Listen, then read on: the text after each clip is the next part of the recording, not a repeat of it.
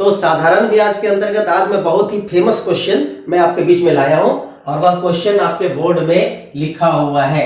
यदि कोई धन साधारण ब्याज की दर से 2 वर्ष में 1200 रुपए, कितना 1200 रुपए, कितने वर्ष में 2 वर्ष में, ठीक है, और 5 वर्ष में 1500 रुपए हो जाता है, तो वह धन क्या है? धन मतलब मूलधन ज्ञात करना है, ठीक है। बहुत ही फेमस क्वेश्चन है। तो इस तरह के प्रश्न को सॉल्व करने के लिए एक बहुत ही शानदार ट्रिक है और उस ट्रिक को मैं अभी बोर्ड पर लिख रहा हूं, इसको याद कर लीजिएगा। तो क्या हमको ज्ञात करना है? वह धन, धन मतलब क्या? मूलधन, मूलधन ज्ञात करना, ठीक है।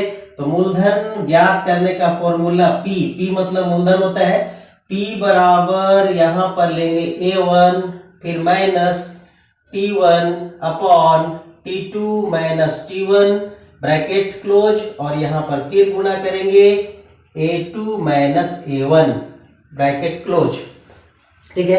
अब समझेंगे A1 T1 A2 T2 क्या है, ठीक है।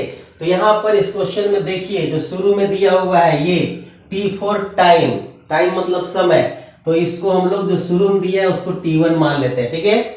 उसके बाद क्या है, ये 1200 रुपए है। क्या कोई धन 2 वर्ष में बढ़ के 1200 हो जाता है, किस मतलब कि ब्याज के दर से? तो साधारण ब्याज की दर से, ठीक है। तो इसका मतलब ये 1200 मूलधन है। मूलधन को हम लोग क्या बोलते हैं? A, ठीक है। तो चूंकि दो मूलधन है इसीलिए इसको हम लोग डिनोट करते हैं A1, ठीक। अब दूसरा लाइन में यहाँ पर दिया हुआ है, दूसरा समय दिया हुआ है 5 वर्ष, तो इसको हम लोग मानेंगे क्या? T2, ठीक। और ये 1500 रुपये हो जाता है, तो मतलब इसका मतलब यह भी मिश्रधन है और मिश्रधन को हम लोग यहाँ पर चूंकि 2 मिश्रधन है इसीलिए हम लोग इसको मान लेते हैं A2। देखिए सब कुछ आपको मिल गया, सिंपली बैठाना है।